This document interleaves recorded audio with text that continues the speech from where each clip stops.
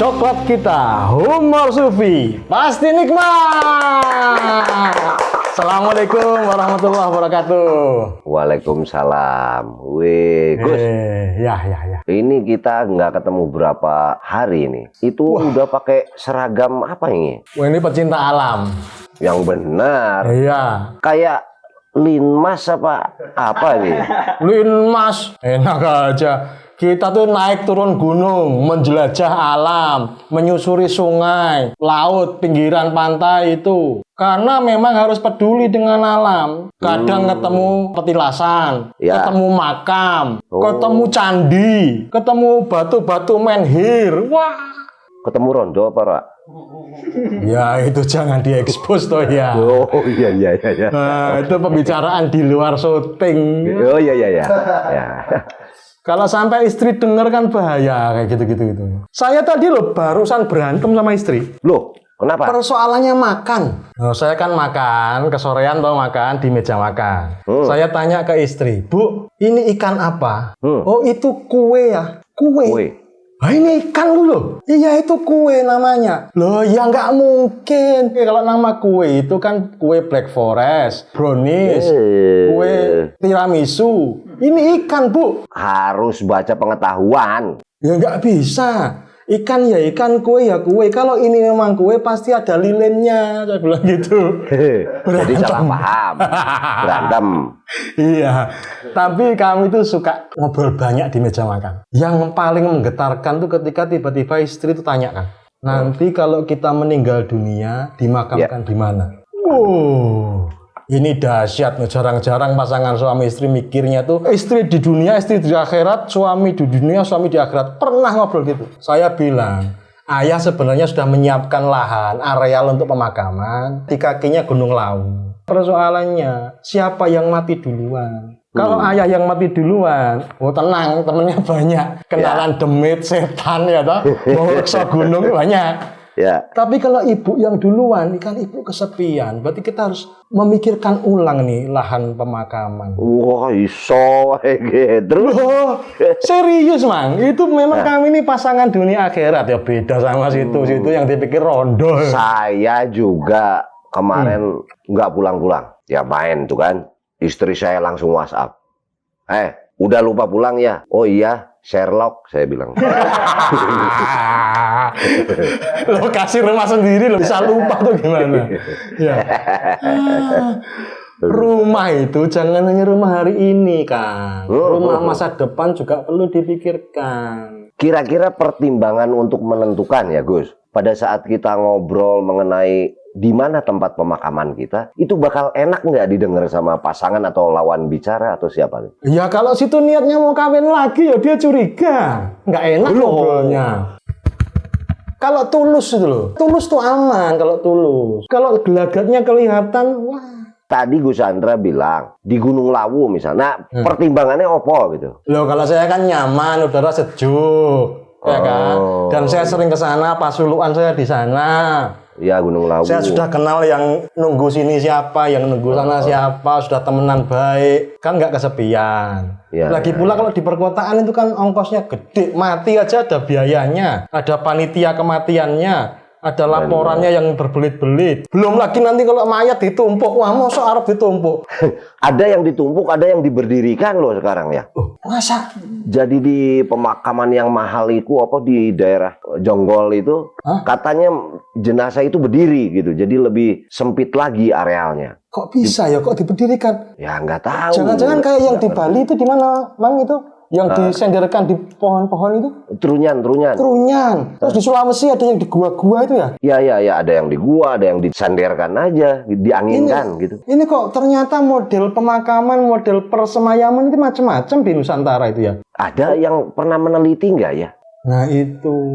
Kadang-kadang mengapa saya itu tidak meneliti kayak gitu tuh ya? Mengapa? Karena ada kaidah dalam tasawuf itu, kalau tidak mengalami sendiri itu nggak boleh bicara. Lah mosok saya harus mati dulu? Jangan. Nah, ya, atau nanti hostnya siapa, ya toh. Kalau Gus Chandra sampai meninggal duluan, siapa sing transfer ke sini?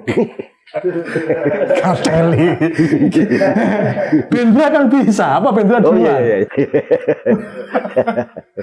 Nah, Kang Budi ini kan juga pengalaman Ya. melusur mana tuh Ciamis lah, Tasikmalaya, Banten. Itu ada pengalaman yang aneh-aneh nggak sih soal makam-makam gitu? Kalau aneh secara spiritual mungkin saya tidak, karena saya suka di keheningan ya. Tapi justru yang menarik itu pengalaman-pengalaman fisik. Oke. Fisik itu kok ada entah desainer atau ada ciri atau tanda-tanda dari bentuk nisan-nisan yang berbeda. Oh. Atau bahkan mungkin kok nisan ini kayak gayanya Turki ya misalnya. Oh iya. Kok kayak gaya Eropa misalnya. Nah, kok beda-beda ini memang ada budaya pembuatan nisan atau desainer atau seperti apa? Aku kurang ngerti itu. Berarti dulu perkuliahan itu ada mata jurusannya seni pernisanan ya. Nah, itu Dulu mungkin. tapi sekarang nisan itu kan sama semua. Cuman patok-patok kayu saja. Justru makam-makam lama ya Gus yang kayak gitu. Iya. Yang sekarang sama semua. Nama, kemudian binnya atau binti siapa, lahirnya kapan, meninggal kapan. Sekarang kan begitu. Kalau makam-makam lama itu kenapa nggak ada penamaan ya? Jangan-jangan waktu itu emang belum ada KTP mungkin. Atau belum ada huruf. Huruf sudah ada. Loh, zaman dulu bayangkan kalau vaksin gimana coba? Buktinya apa? Nama nggak ada ya? Berarti kan RT RW nggak ada tuh, nggak ada pendataan penduduk. Loh, emang di nisan itu jarang dituliskan juga ya namanya? Nggak ada namanya, Kang. Waduh. Jangan-jangan ini makam Sunan Kalijaga, tapi Ya. ternyata bukan. Oh. Ada makam wali yang sampai puluhan bahkan ratusan dan semuanya diyakini oleh masyarakat Ya. lokal, masyarakat setempat. Terus makam yang sesungguhnya di mana? Loh, cara mengkonfirmasinya kita gimana sama yang meninggalnya itu ya Gus? Ya pokoknya pura-pura sakti aja kan udah bisa itu. Wah, jangan gitu. Nggak bisa dikonfirmasi ulang soalnya. Ya. Segala sesuatu kalau mengatasnamakan Tuhan sama hal-hal goib, itu kan nggak ada konfirmasinya. Pokoknya betul begitu, percaya sudah, ya nggak percaya sudah. Lah, kalau di tasawuf itu seperti apa tuh? Berkaitan dengan itu. Tawasul, Man. Tawasul. Kalau kita sering menghadiahkan Fatihah, semoga tersambung kepada yang dihadiahi Fatihah itu. Kemudian beliau ini kan diyakini sesungguhnya tidak benar-benar mati.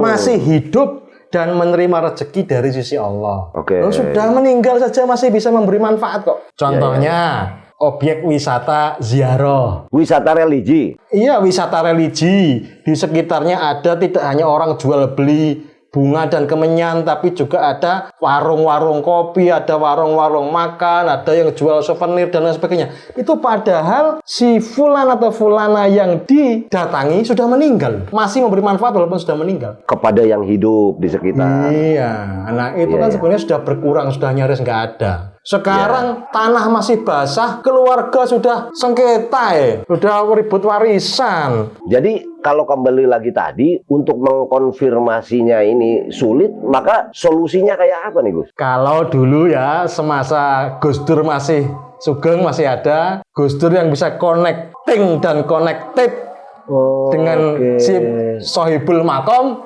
bisa menjelaskan ini makam siapa.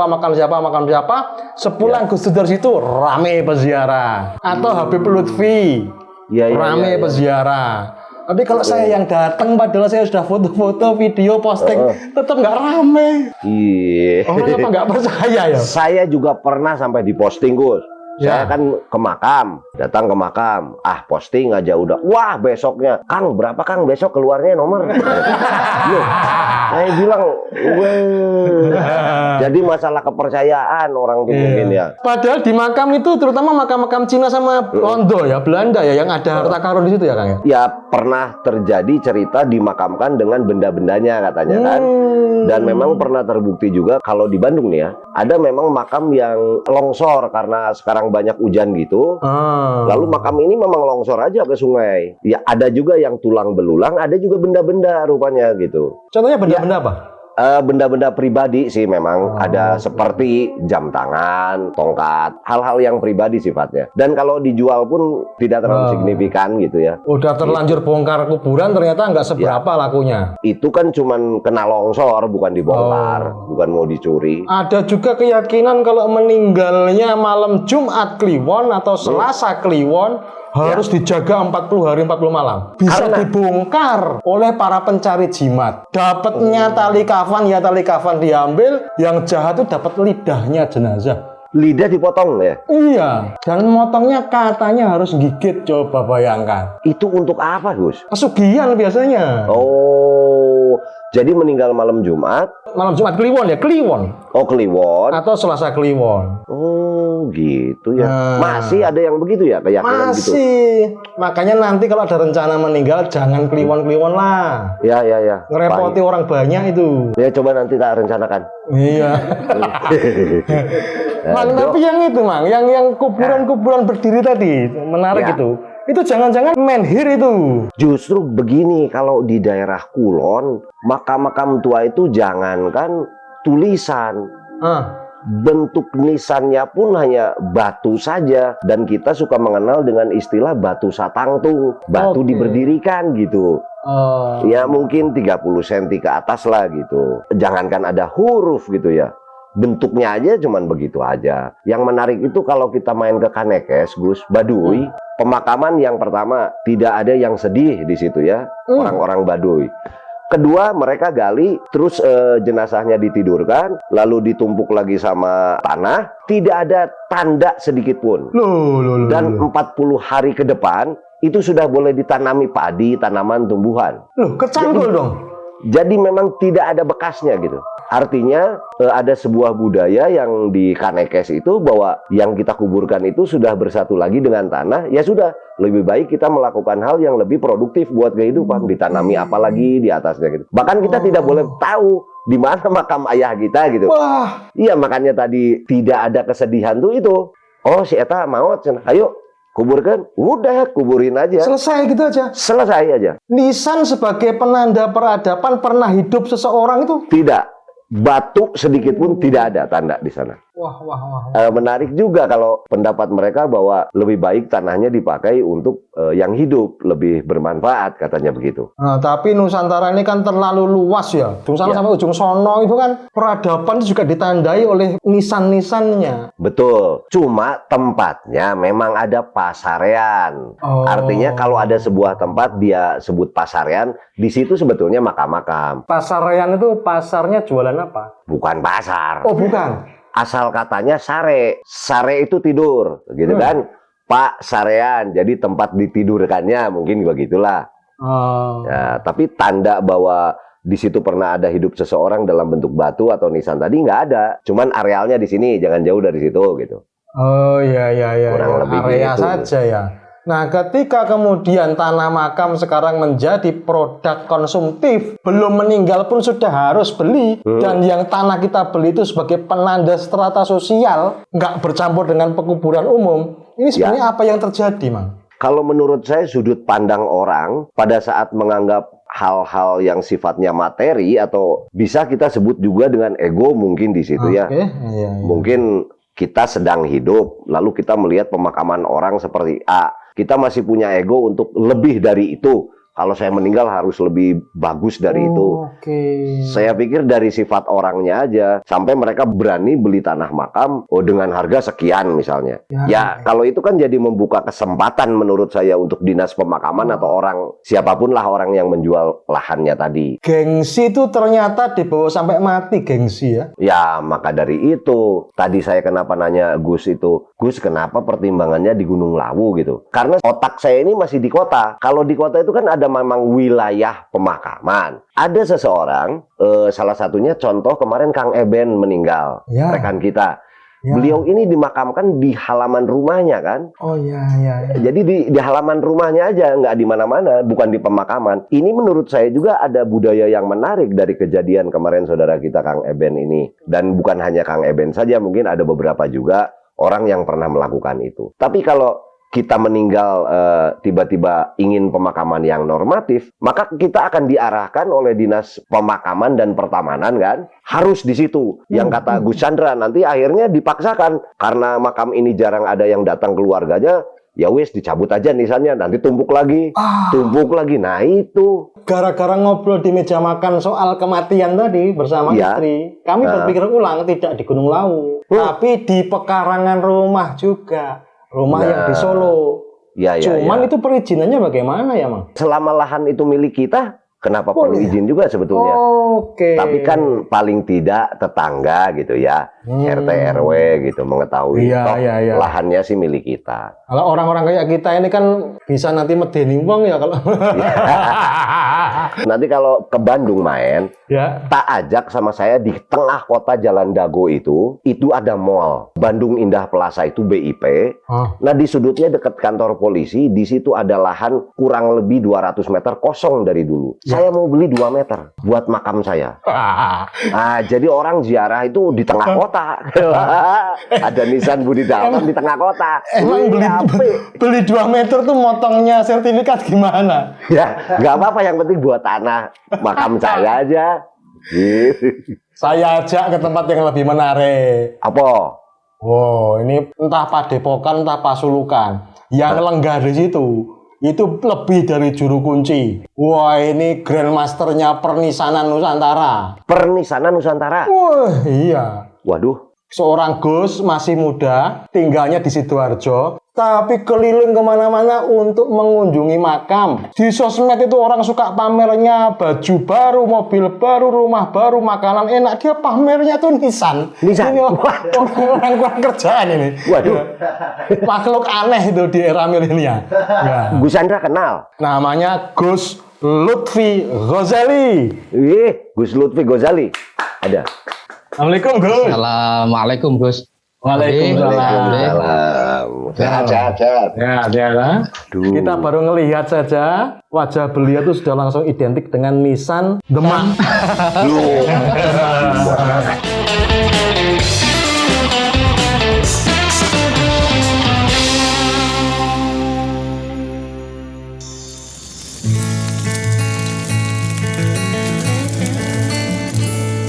Jarum coklat saat tepat, saat melepas gundah hati.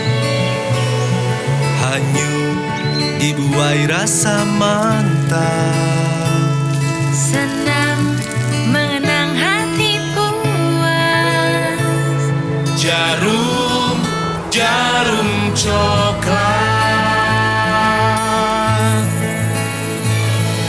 Saat santai larut dalam alam bermain, suasana seimbang tepat, jadi nikmat jarum coklat. Jarum coklat.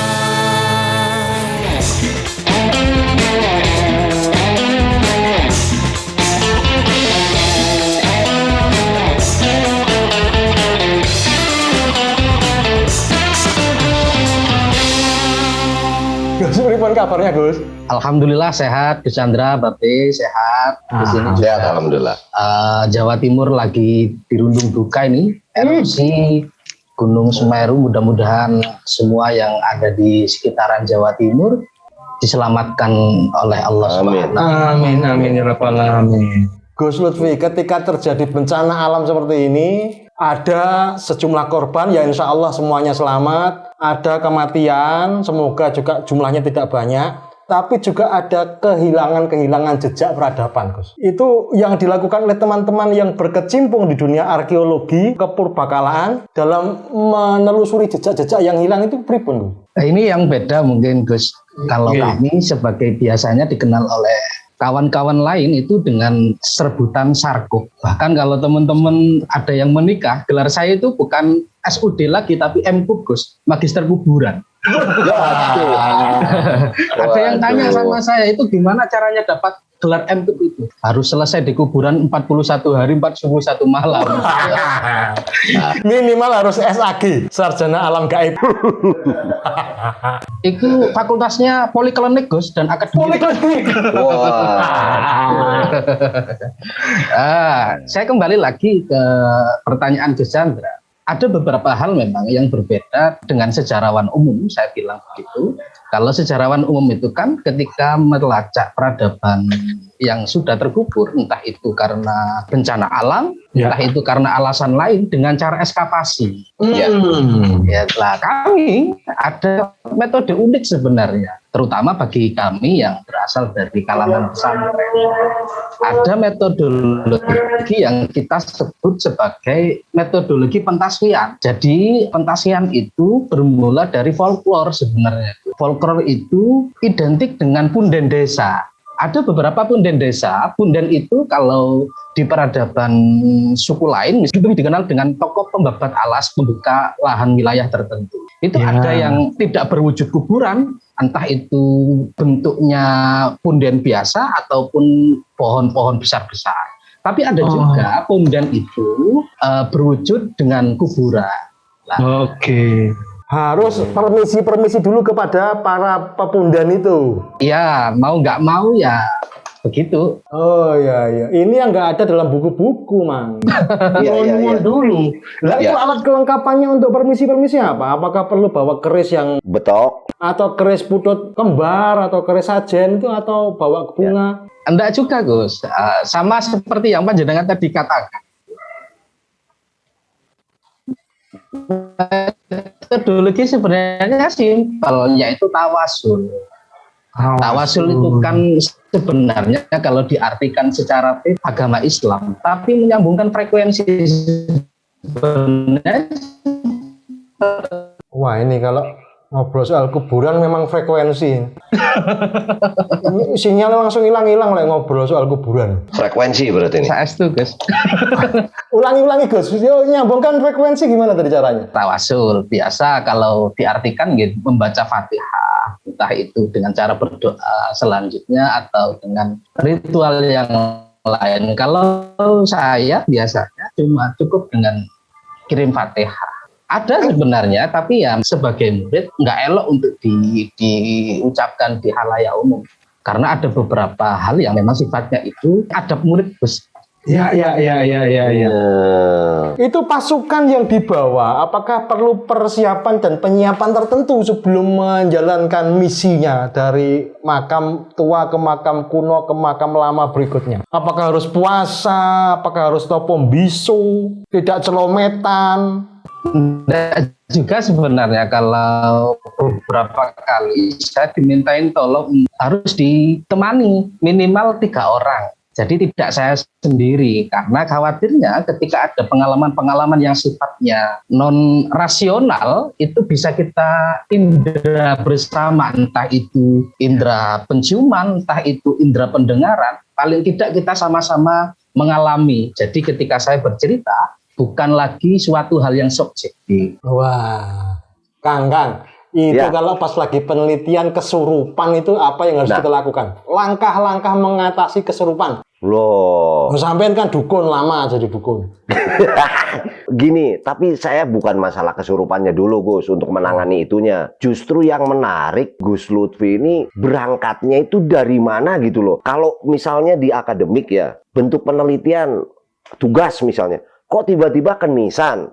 Kalau ini hanya keinginan pribadi, juga kenapa nisan gitu loh. Kalau ini tuntutan dari orang, kenapa nisan gitu. Apa nggak ada materi lain yang untuk dicari, diteliti? Kalau kurang kerjaan, kenapa nisan? Ya soalnya risikonya tinggi diantaranya tadi kata Agus Chandra. Kalau tiba-tiba kesurupan, berarti harus ada orang yang bisa mengkontrol itu gitu ya. Sehingga Gus Lutfi nggak sendiri. Lah saya tuh ingin dari mana ini berangkatnya, pemikirannya ini tiba-tiba nisan gitu. Risikonya tinggi, harus bawa P3K. Pertolongan pertama pada kesurupan. Nah itu. Ceritanya Gus, pripun niku amale? Sebenarnya saya sendiri secara pribadi berangkat dari komunitas. Jadi saya bersama teman-teman tidak hanya dari Jawa Timur, juga ada Jawa Tengah, Jawa Barat, bahkan juga ada yang dari Riau. Tidak lebih dari 20 orang. Jadi kami bentuk WhatsApp grup waktu itu, Sarkup Indonesia Barokah gitu.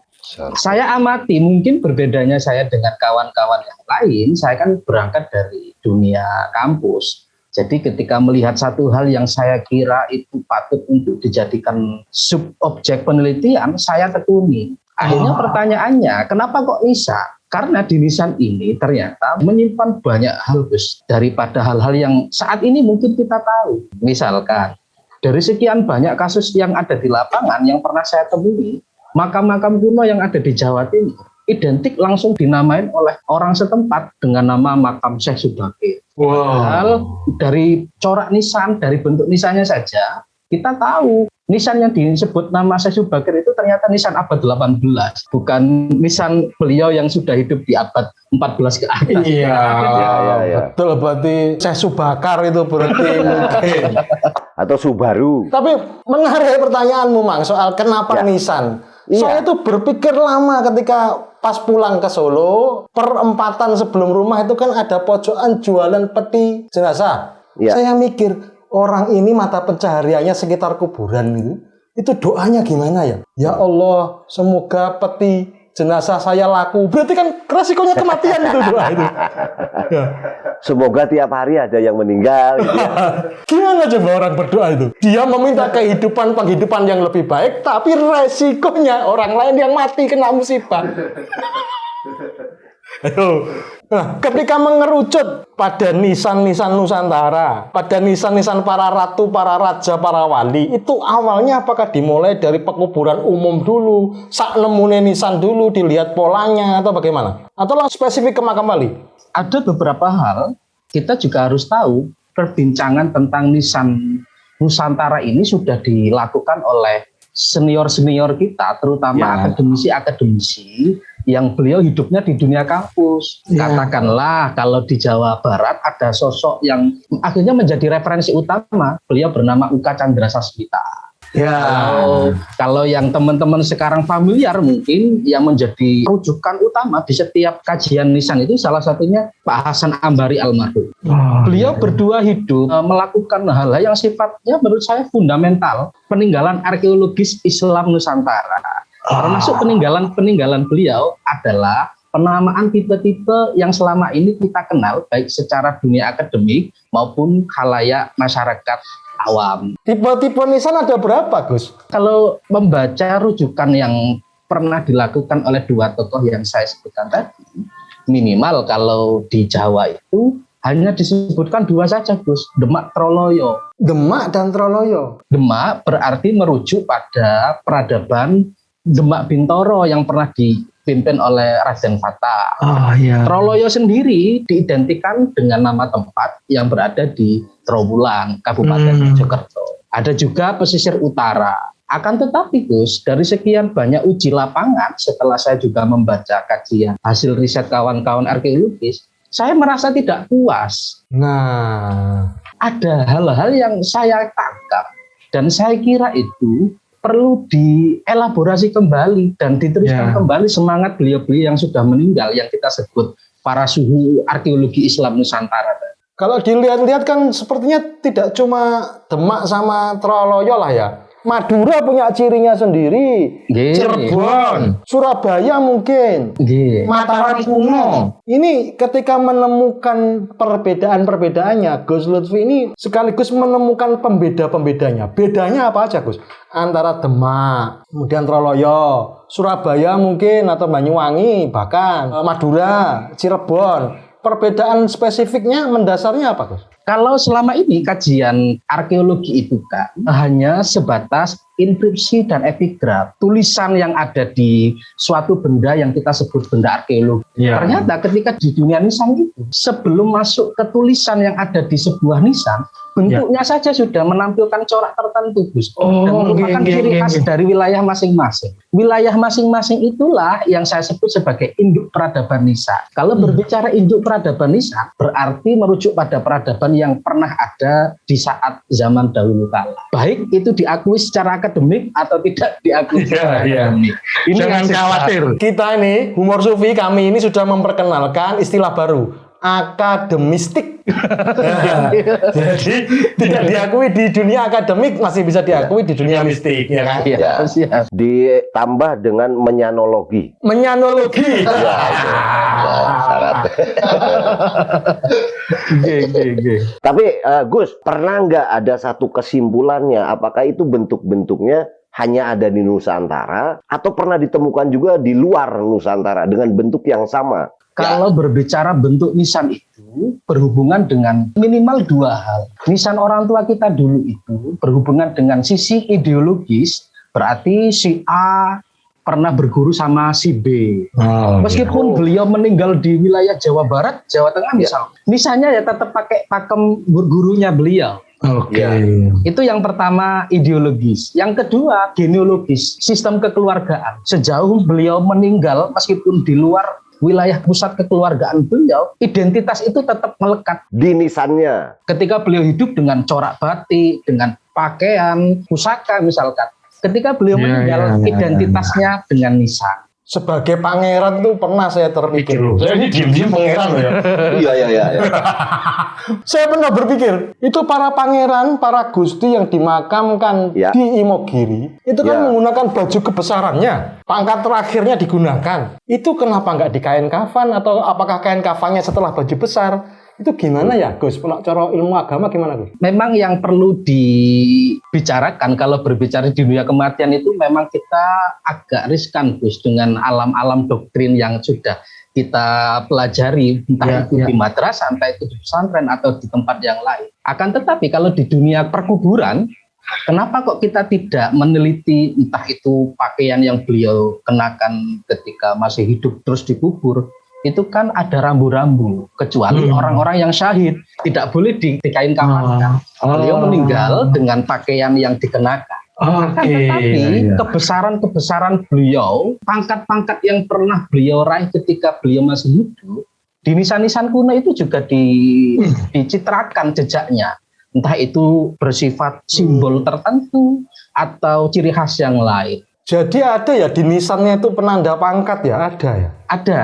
Karena juga susah, tidak bisa diseragamkan antara wilayah misalkan Jawa Timur sama Jawa Barat. Tapi ada beberapa tipologi nisan. Apabila kita temukan nisan besar-besar, berarti beliau yang pernah hidup adalah pembesar. Orang besar. Jadi jangan putus asa dulu, Mang. Walaupun dirimu kecil, makamnya bisa besar. Oh iya. Tapi Gus, menurut saya tadi baju-baju kebesaran itu tidak perlu dimakamkan. Walaupun kita sedang hidup, baju itu bagusnya yang pas aja. Kalau kebesaran itu nanti kayak daster apa. Jangan yang kegedean. Ada juga loh. Saya punya kenalan Kiai Wiro Kadek Mojokerto. Bapaknya Ki Gagak Seto. Tubuhnya kecil seperti Kiai Wiro juga tubuhnya kecil, tapi makamnya 3 meter, Gus. Panjang. Nah, makam-makam panjang ini kan unik juga, banyak juga di Troloyo ini. Simbol apa itu ya? Nah, itu memang tubuhnya kecil dimakamkan di area yang panjang atau tubuhnya memanjang ketika dimakamkan? Hal-hal kayak gitu terjadi nggak, Gus? Banyak sekali. Kalau bisa saya pastikan di setiap wilayah penemuan makam berukuran panjang itu minimal 1-2 pasti ada. Saya pernah merenung itu kenapa ya kok nisan itu panjang-panjang. Akhirnya saya melakukan riset, entah itu bertemu dengan masyarakat, entah itu bertemu dengan kuncen yang ukuran makamnya panjang. Akhirnya konklusi saya seperti ini. Minimal kalau kita menemukan makam panjang itu ada 3 alasan. Yang pertama, dari sisi biologis. Kita memang tidak memungkiri ada orang, ada manusia yang mempunyai ukuran panjang di atas rata-rata manusia normal. Kalau merujuk pada Guinness of Record, itu kan manusia paling panjang sejak zaman modern itu 3 meter sekian gitu. Iya. Itu secara biologis. Alasan kedua, masyarakat Nusantara itu kan identik dengan sanepo kalau bahasa orang Jawa itu. Sanepan entah itu bersifat filosofi dan lain sebagainya. Jadi makam yang berukuran panjang biasanya kita temukan pada makam-makam yang dipercayai masyarakat punya jasa yang besar. Gitu, Gus. Alasan yang ketiga ada, Gus, akhirnya. Selain biologis dan jasa. Tidak ada alasan, akhirnya ada ketika orang menemukan makam, ini paling enak dibikin panjang, jadi daya tarik destinasi religi itu juga. Nah itu ratusan tahun yang lalu mungkin, masa harus mikir sampai kayak gitu. Dan barusan di Jawa Timur itu banyak. Oh ada? makam Panjang Sulapan itu. Saya akhirnya riskan untuk menyebutkan titik-titiknya karena sudah jadi destinasi religi yang ramai dikunjungi orang. Ini loh pengaruh sinetron tuh segitunya, Bang. Jenazah tidak muat dimakamkan, jenazah tanahnya penuh air dan lain sebagainya. Ujung-ujungnya destinasi wisata. Jadi biar menarik dibikin panjang gitu ya. Jadi ternyata alasan yang ketiga itu alasannya tidak ada alasan gitu ya. Kurang kerjaan gitu. Panitia kematiannya kurang kerjaan.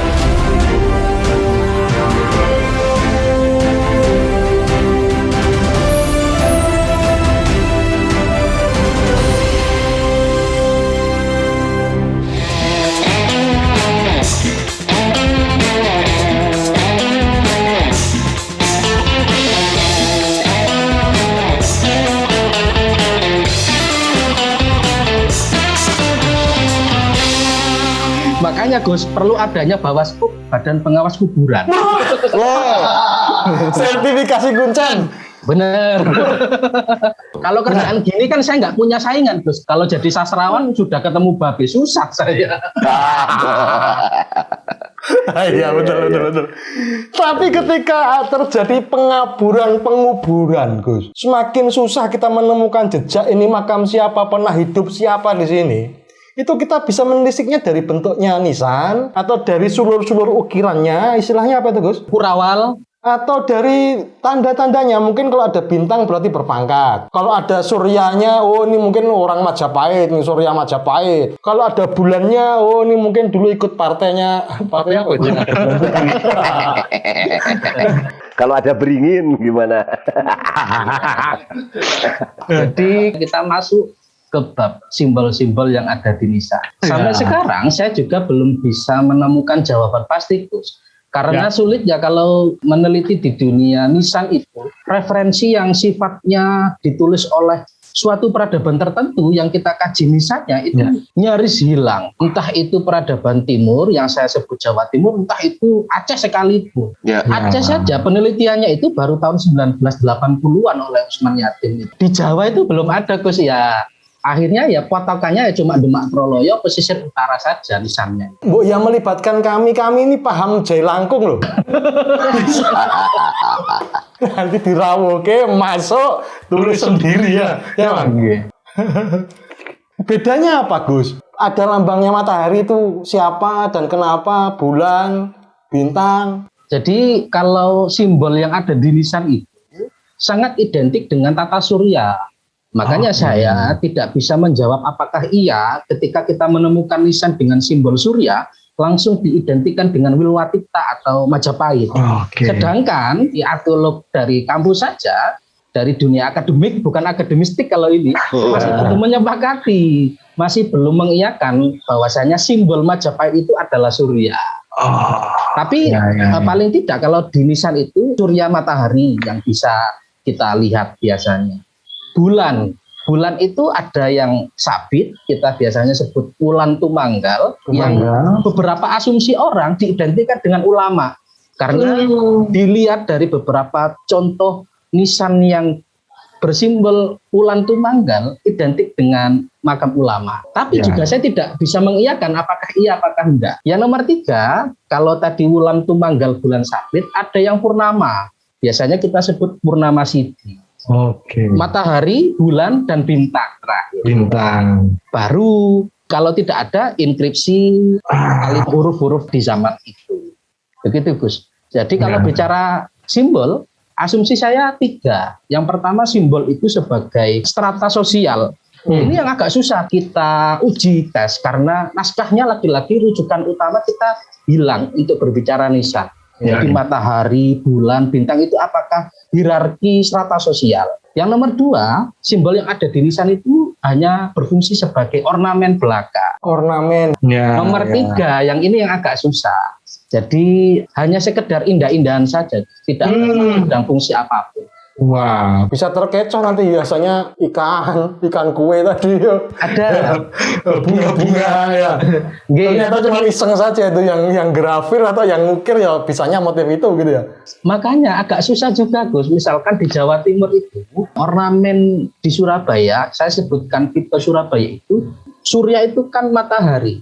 Kalau di Jawa Timur Surabaya khususnya memakai bunga matahari, bunga PP kalau orang Jawa bilang. Ya. Entah itu bulat full, entah itu separuh. Sampai sekarang yang menggunakan filosofi bunga matahari itu kan tinggal satu peradaban Gus. Hanya di Bali saja. Mungkin secara folklore kita bisa lacak di sana. Tipe-tipe ini tadi berdasarkan nama daerah ya? Indo peradaban Gus, memang benar. Akhirnya ketika berbicara Madura misalkan yang Gus Chandra bilang, akhirnya kita langsung flashback. Ternyata di Madura dulu pernah hidup peradaban besar dari Trah Cakraningrat. Ya, betul. Di Surabaya, Ampel Denta. Ya. Akhirnya kita sadar kembali, ternyata Ampel Denta misalkan, Sunan Ampel yang selama ini identik dengan Raden Rahmat. Tidak hanya Raden Rahmat. Ada Ampel 1, Ampel 2, Ampel 3. Sunan Giri juga seperti itu. Ada Giri 1 sampai Giri 10. Ada peradaban yang memang selama ini kita anggap benar, ternyata ketika dikaji secara nisan itu menyimpan banyak hal. Demak Bintoro misalkan sama seperti itu yang menjadi rumus utama nisan.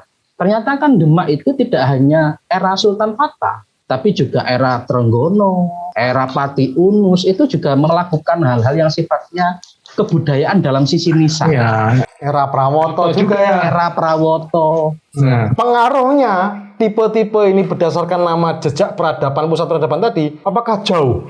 Contohnya Demak ini ya. Ya kira-kira dekatnya sama Pati lah, Kudus lah, Rembang, Lasem. Lasem ini kena pengaruhnya tipe Demak atau? Ini yang agak susah Gus ketika bicara nisan tipe Demak misalkan. Kalau saya akhirnya ketika menguji di lapangan ternyata tidak identik dengan orang Demak, tapi orang Giri, orang Mataram misalkan itu juga tetap pakai tipe nisan dengan langgam Demak. Akhirnya pertanyaannya kan gini, fungsi tipe nisan Demak itu jangan-jangan digunakan oleh Ningrat Grade A misalkan, Echelon 6 misalkan kayak gitu. Ya. Baru peradaban selanjutnya itu strata sosialnya memang identik dengan subnisan di wilayah masing-masing. Nah, jangan-jangan ya Jepara yang deket Demak aja malah kenanya pengaruh tipe yang lebih jauh, mungkin dari Banten atau dari Cirebon gitu ya. Yang terpengaruh dari Cirebon hanya satu Gus, di daerah dekat Kalinyamat. Itu pun jumlah nisannya nggak lebih dari 10, sedikit sekali. Berarti kan ada orang Cirebon waktu itu ke sana, identitas meninggal beliau tetap disimbolkan dengan nisan itu dia. Artinya juga jangan melihat peta masa lalu menggunakan peta hari ini. Nggak bisa, nggih. Kang Budi, rencananya mau pakai nisan model apa nanti? Saya kayaknya dari tadi saya dengerin terus ini mengenai yang menarik tuh identitas itu saya agak setuju loh Gus. Iya. Artinya saya orang Cirebon gitu ya, tapi saya hijrah ke Demak. Terus pada saat saya meninggal, identitas Cirebonnya tetap ada di sana. Ini kan terjadi percampuran, ada irisan-irisan budaya yang nantinya memang tergambar di dalam sebuah nisan yang sebetulnya orang itu bukan siapa-siapa misalnya. Karena lihat aja, oh nisan tuh kayak begitu ya. Mungkin saja masyarakat yang nggak tahu apa-apa sih ngikut aja. Tiba-tiba muncul bunga-bunga yang tidak ada alasannya apapun gitu ya. Tapi ada satu nih Gus Lutfi, masalah kenapa kita tidak berani secara sains dari keilmuannya Gus Lutfi untuk menyatakan saja misalnya matahari, oh ini simbolisasi Mataram. Kenapa kita harus menunggu pengidentifikasian itu dari arkeologi? Seolah-olah keilmuan itu miliknya arkeologi dulu. Iya. Padahal inventor ya, penemu beliau ya. Iya. Ini pertanyaannya cukup menjebak nih, Babi. Itu saya yang latih dulu. Jadi memang agak susah Gus, karena saya sendiri saja PR untuk meminimalisir bila ada teman-teman santri yang ke kuburan hanya tujuan klinik itu cukup susah. Jadi kalau ada orientasi lebih filosofi lagi seperti Babe Dalton mungkin bisa menjadi PR saya pribadi. Itu saya kira itu saran utama itu. Menarik tadi Bang itu yang orang biasa ngelihat kuburan sebelah kok bagus, dia berwasiat nanti kalau saya mati dikuburkan seperti itu. Iya kan? Ternyata itu kuburan ningrat.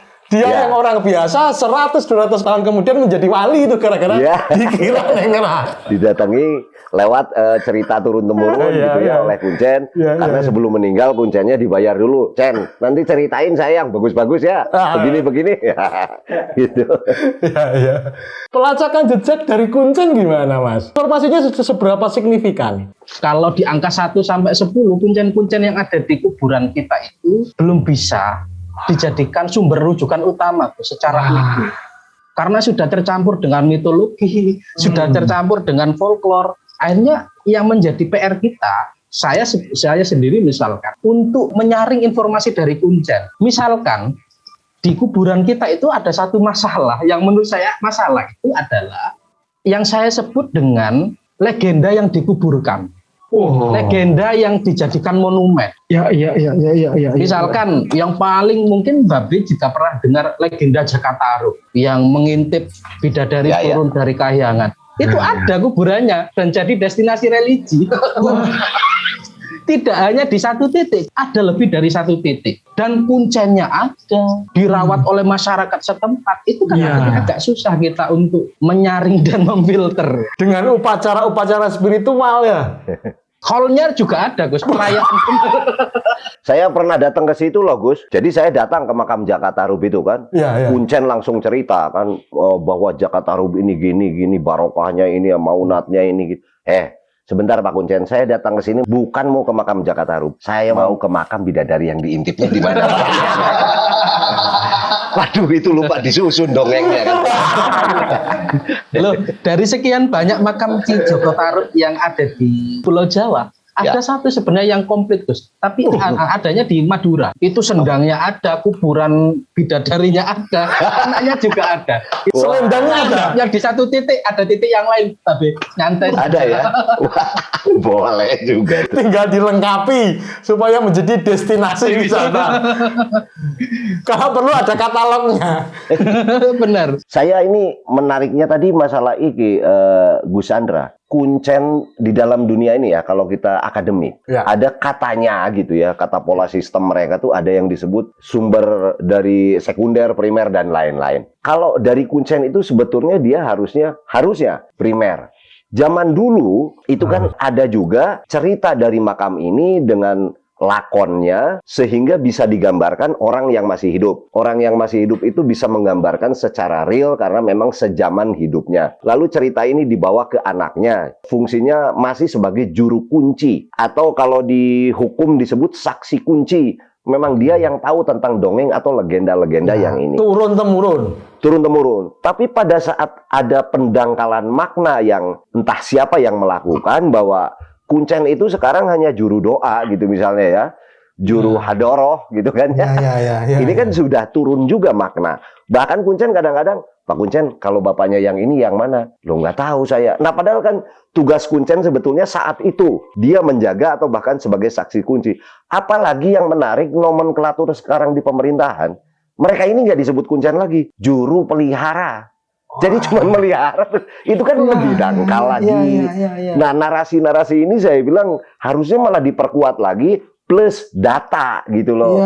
Perlu adanya bintek untuk Kuncen ini dari hasil-hasil penelitian yang ya kita sepakati bahwa itu valid. Sehingga tidak ada Kuncen ini ceritanya apa, di Kuncen sebelah beda lagi gitu. Harus kita kejadian begitu. Harus ada standarisasi, sertifikasi bahkan. Ya makanya tidak bisa dijadikan rujukan tuh karena itu. Seolah-olah berbeda gitu semuanya. Dulu masih turun-temurun, dulu masih ada pangkat ningratnya para Kuncen itu mungkin. Betul. Nah, dulu masih ada arisan arwah mungkin.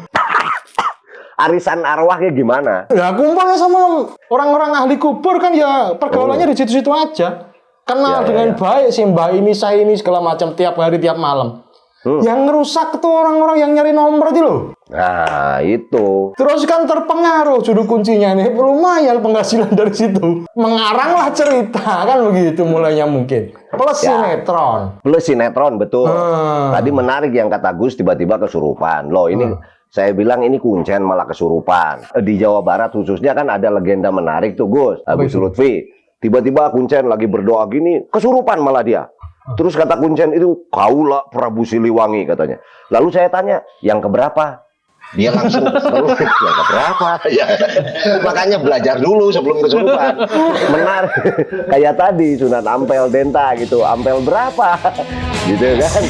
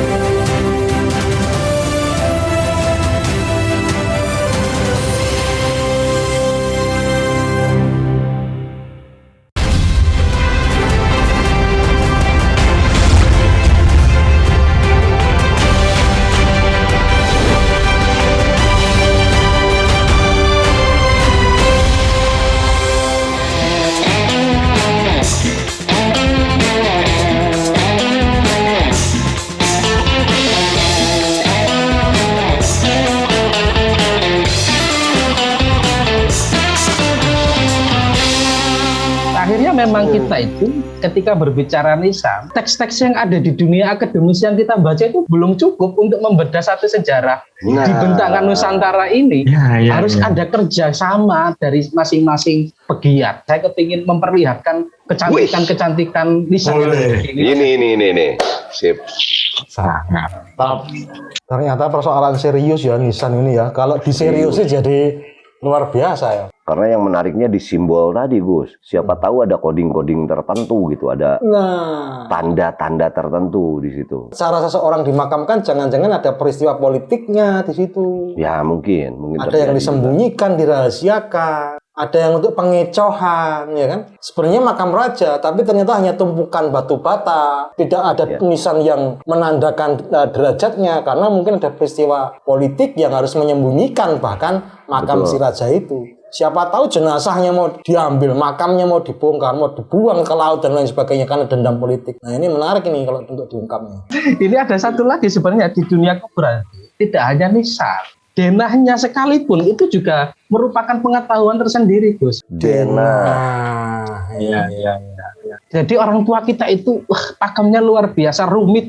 Tidak hanya epigrafnya saja sebenarnya kalau bicara kuburan itu. Yang dimaksud denah itu sampai menunjuk arealnya di sini gitu pemakamannya, menentukan itu. Raja di sini, pendereknya di sini, anaknya di mana, permaisuri, garwa ampel. Harus di gunung apa gitu. Kalau secara rumus utama, misalkan kita sebut dengan dataran tinggi dan dataran rendah. Kalau dataran tinggi bisa kita lihat di Imogiri, di Giri Kedaton, dan tempat-tempat persemayaman raja yang sifatnya komplek kuburannya di dataran tinggi. Itu puncak utamanya adalah raja utama. Baru di bawah-bawahnya itu adalah penerus tahta beliau. Metode Imogiri, metode Mataraman.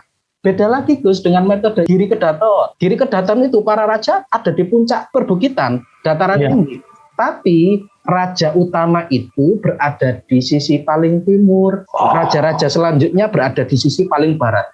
Sampai ujung barat itu pakai filosofi minal masyriqi ilal maghribi ya. Simbol matahari terbit dari timur dan tenggelam dari barat. Kalau dataran rendah ini agak rumit karena satu peradaban dengan peradaban yang lain itu lapisannya berbeda. Misalkan di kota gede, kita sebagai peziarah kalau berziarah ke makam-makam tokoh besar itu tidak langsung ditujukan kepada komplek makam utama. Berlapis, ada ring 1, ada ring 2, ada ring 3, ada ring utama. Ada ring 0. Benar Gus, secara bahasa ada sakala, ada niskala. Kalau Sakala itu adalah tempat yang bukan sakral, bukan ring utama. Jadi orang-orang berdoa ya di situ. Tapi kalau Niskala itu berarti tempat yang paling disakralkan dan itu merupakan tokoh-tokoh paling utama di peradaban tertentu. Itu adalah keintiman. Filosofinya gini, Gus. Kalau masuk ke dunia kuburan itu sama seperti kita masuk ke dalam keheningan. Ketika engkau masuk di dalam keheningan yang sifatnya menanggalkan duniawi, lapisan 1 harus engkau tinggalkan. Lapisan 2 harus engkau tinggalkan. Lapisan utama baru kita menemui hal-hal yang sifatnya pengalaman spiritual. Seperti di makam Gunung Jati itu kan yang di Pengayunan yang boleh masuk tidak sembarangan orang. Benar, Gus, benar. Di Kota Gede ada yang unik, Mang. Makamnya Ki Ageng Mangir itu. Separuh di dalam kamar, di dalam rumah, separuh di luar di pekarangan. Setengah-setengah. Jadi makam itu ditembus dinding. Wih, Separuhnya di luar, separuhnya di dalam. Karena separuhnya setia kepada raja, menantu, separuhnya pengkhianat terhadap raja. oh simbol itu ya. Iya, sampai pekuburan pun, makam pun diperlakukan seperti itu sebagai penanda sejarah itu. Kalau di Mataram, komplek makam yang diasingkan atau orang-orang yang bermasalah dengan para pembesar setempat, kita kenal dengan kompleks makam Banyu Sumuruk. Dan itu hanya dikenal di Mataram. Di tempat-tempat yang lain nggak ada. Mungkin jasadnya dihilangkan gitu aja.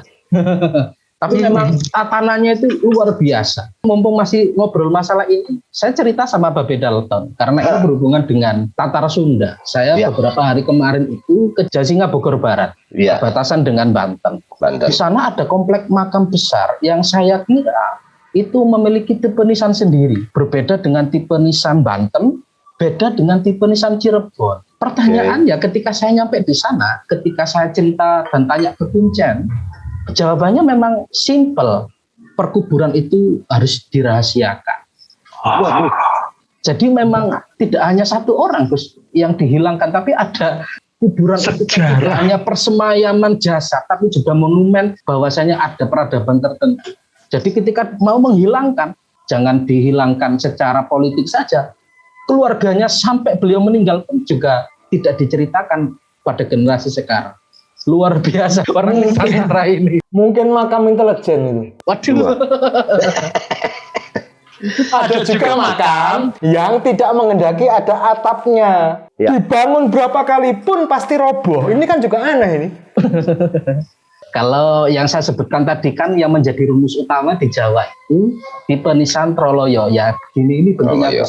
Jadi jangan dilihat enkripsinya, lihat dari bentuk luarnya, pahatan luarnya. Kalau ini nisan Demak. Jadi kalau yang panjang-panjang gini berdiri tegak tanpa ornamen tertentu, tanpa kurawal, itu biasanya diidentikan dengan tipe Demak. Ini biasanya merujuk pada Sultan Demak I, Raden Fata. Raden Patiunuh sebagai Demak kedua, modelnya baru ada kurawalnya. Sebelahnya Patiunuh saya ambil gambarnya di Bonang, komplek makam Bonang. Kalau yang pojok sendiri yang berdiri itu saya ambil di Sendang Dhuwur, Paciran. Ini nisan Aceh, saya ambil dokumentasinya dari teman-teman Mapesa. Kalau kita lihat dari bentuknya saja sudah berbeda. Di Banten, di wilayah Tatar Sunda, khususnya era kerajaannya Sultan Hasanuddin, paling banyak juga pakai nisan seperti ini. Di Bogor saya temui model nisan seperti ini, Mas Ian.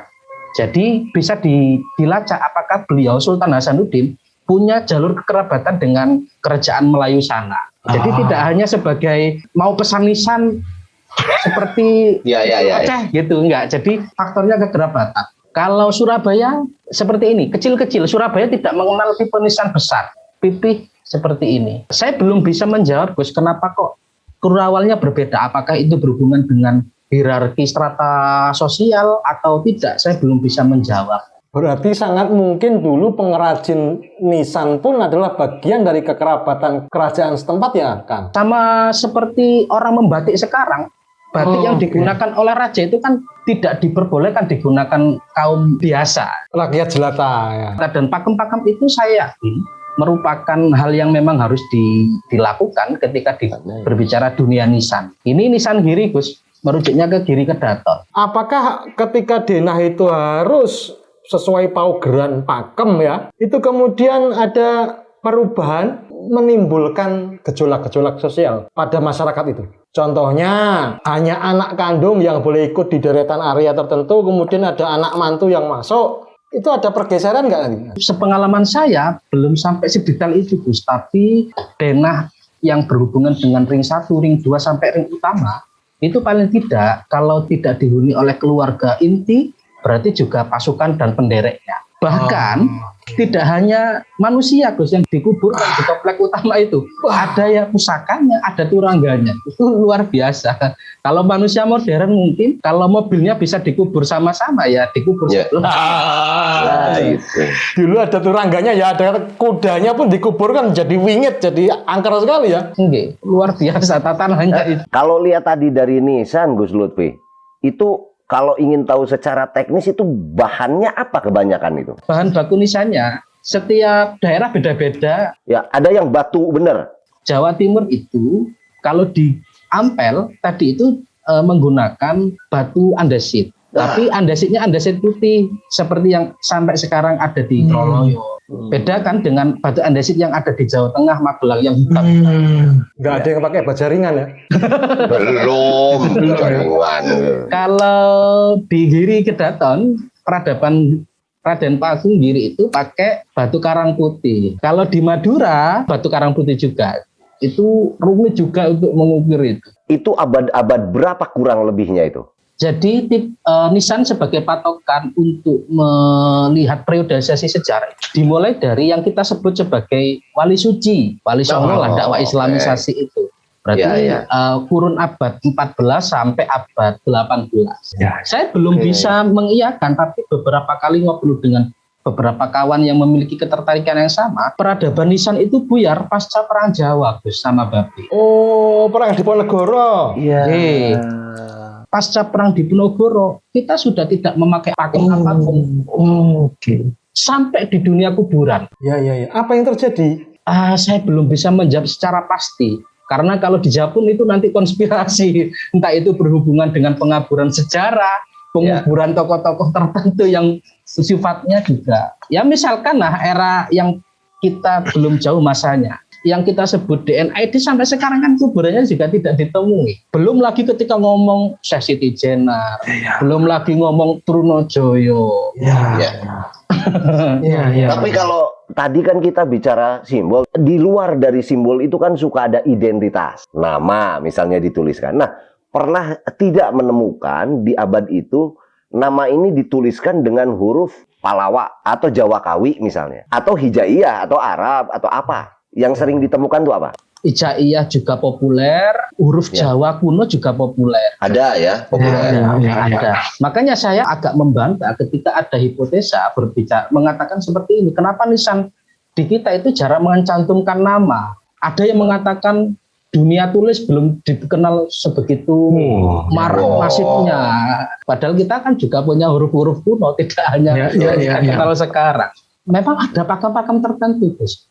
Makanya ada faktor peperangan mungkin saat itu akhirnya ditiadakan identitas keluargaannya, hanya ditinggalkan dengan pakem nisan tersebut. Kalau yang hanya tumpukan bata-bata, kayak yang di Cirebon tuh di Buntet ya, kalau nggak salah. Pakai pakem apa itu? Tumpukan batu-batu itu di wilayah Jawa Timur dan Jawa Barat itu beda. Kalau di Jawa Barat seperti yang Mbak Bi bilang tadi, batu berdiri itu identik dengan Jawa Barat. Kalau di Jawa Timur mboten. Kalau di Jawa Timur batu bata biasa. Pertanyaan selanjutnya, apakah batu-batu yang disusun itu bekas reruntuhan bangunan kuno? Apakah memang betul di dalamnya ada jasad? Ini yang agak rumit lagi. Makanya ketika saya telusuri dan saya selami, muncullah bahasa saya itu dengan nama prank kuburan. Prank kuburan. Ya. Ternyata di lapangan sudah diketahui makam ini masyhur terkenal, makam Syekh A, Syekh B, Syekh C. Ternyata ketika saya buka nisannya itu identik dengan Linggayoni. Makanya akhirnya ketika berbicara konfirmasi dunia kuburan, kalau saat ini saya mengatakan lihat dulu nisannya. Jangan-jangan nisannya itu abal-abal. Ini benar. Tidak bisa dihubungkan dengan makam mastur, makam masyhur. Harus dibedakan. pembahasan seperti itu. Belum lagi kalau terjadi pengerusakan ya, dalam artian ya mungkin maksudnya merawat, tapi kemudian disemen, tanahnya kemudian di keramik. Itulah, itu yang terjadi di lapangan itu sering dilakukan oleh kuncen-kuncen makam kuno sendiri. Nah itu. Datang ke sana, mohon apa, minta apa, terkabul, bangun, wah malah ngerusak. Leres, Gus. Di porselen lagi ya. Mungkin kucen nggak tahu kalau porselen itu buat toilet sebetulnya. Dipakai makam. Aduh. Makanya Gus, kalau ditanya apa sekarang semangat saya untuk meneliti nisan, itu adalah diakuinya nisan sebagai peninggalan masa lalu. Tidak hanya batik, tidak hanya keris. Itu penyelamatan monumen, tidak hanya penyelamatan arkeologi saja, tapi juga penyelamatan peradaban. Ya. Cocok berarti ada Kementerian Pariwisata kan mau mencanangkan wisata religi, wisata alam gaib ya cocok ya. Staf ahli. Saya punya kartu nama, saya tulis kartu nama saya itu konsultan kuburan juga. Kang, sampean bisa jadi ahli juga. Apa? Menghitung hari baik untuk mati. Oh, bisa. Iya. Iya bisa. Tapi tadi saya nangkep ini loh. Memang ini diikuti oleh bangsa Eropa akhirnya. Oh. Kalau kita lihat tadi dari simbol-simbol di nisan itu, lalu juga ada masalah dataran tinggi, dataran rendah, lalu juga banyak ditemukan huruf-huruf hijaiyah atau huruf Arab di dataran tinggi sebagai makam atau monumental. Ini dipraktekkan oleh Belanda ini. Jadi kalau mereka nanam kopi di dataran tinggi, maka disebutnya Arabica. Oh. Nyambung ora ya? Udah kata serius dengerinnya, kurang ajar. Menarik ya Gus, aduh. Kalau bicara pancingan tumbuhan itu di kuburan juga punya kode etik tertentu, Babi.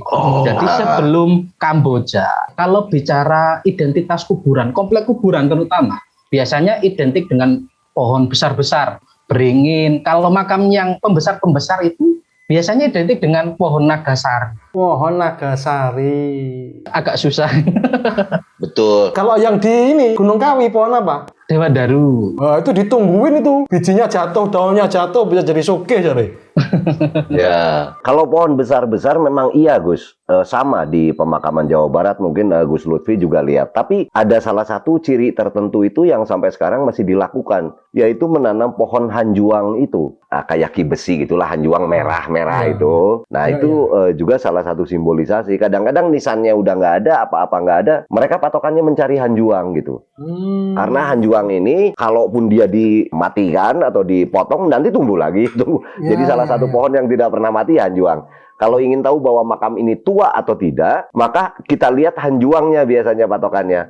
Apakah hanjuangnya sudah sebesar paha gitu? Saya punya 6 anak, Gus. Ya. Jadi kalau anak saya lahir, saya nanam hanjuang. Dan dia sebesar jari begini. Ya. Lalu anak kedua 2 tahun kemudian saya taruh hanjuang. Ini hanjuangnya Selma, ini hanjuangnya Garfiona dan lain-lain. Sekarang mereka sudah berumur 19 tahun. Dan pohon hanjuang itu masih di atas jempol sedikit. Bayangkan kalau kita menemukan di makam hanjuang yang sebesar paha. Itu ratusan atau bahkan ribuan tahun mungkin gitu. Karena untuk menuju sebesar itu menunggu waktu lama pohon hanjuang itu. Satu anak lahir ditandai satu pohon hanjuang. Ya kalau saya ya. Kok di rumah ada 7? Ya jangan dibilang-bilang yang satu Gus. Kalau nulis wasiat jangan sampai keliru. Wah. Jangan-jangan nanti kelirunya kepada anak dan istri-istri saya. Wah. Konangannya di akhir kehidupan. Aduh. Jadi pohon itu bisa juga menandakan ya, itu Ya. peradaban pekuburan lama atau baru. Loh iya, dari cerita Gus Lutfi kalau diceritakan tadi pohon besar gitu. Besar misalnya nggak ketangkep manusia, kita hitung aja umur pohon ini berapa kurang lebih. Mohon maaf, mungkin saja kuncen ini mungkin karena dia sering ditanya orang-orang nggak tahu. Ya wis di nisannya saya tulis deh tahun sekian biar kelihatan agak tua. Padahal di situ ada pohon yang jelas berdirinya jauh dari apa yang dia tulis. Mungkin kuncen nulis 1800 sudah dianggap tua. Padahal ini umur pohon lebih dari 1800-an, mungkin 1600 gitu. Mungkin semua terjadi juga gitu loh. Nah, ketika hanjuang diperlakukan sedemikian rupa untuk upacara spiritual, berarti orang datang ke kuburan, ke makam ini yang meneliti ya jarang-jarang sekali kayak Gus Lutfi. Kebanyakan untuk kebutuhan klinik. Ada yang ke kuburannya Pangeran siapa tuh? Pangeran Samudro ya. Membawa pasangan, kalau nggak bawa pasangan bisa nemu di jalan. Ada tempat menyewakan juga nih Gus. Ada pasangan juga.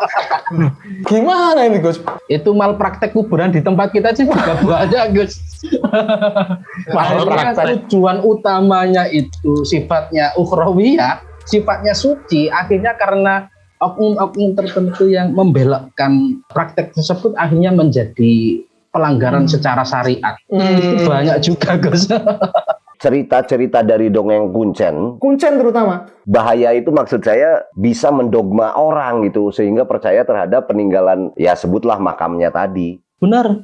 Ya. Karena di struktur sosial kita di beberapa tempat tertentu itu kuncen itu melebihi kiai be. Ya.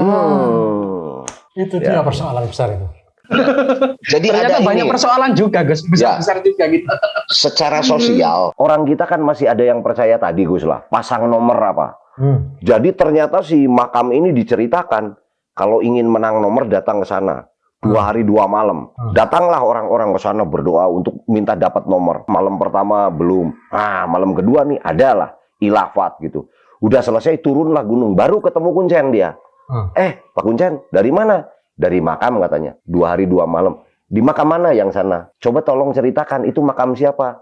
Itu orang yang suka masang nomor katanya, tapi gagal terus dia sampai frustasi bunuh diri kan. Wah, berarti saya salah berdoa di depan makam dia.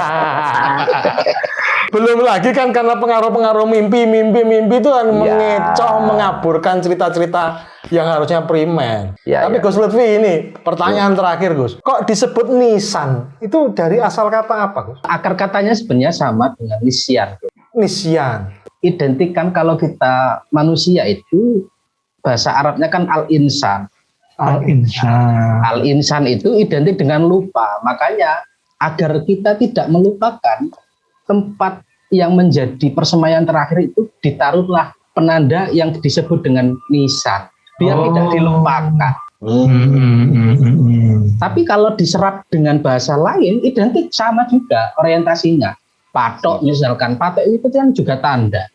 Betul. Maesan sama saja sebenarnya. Orientasinya juga agar tidak dilupakan.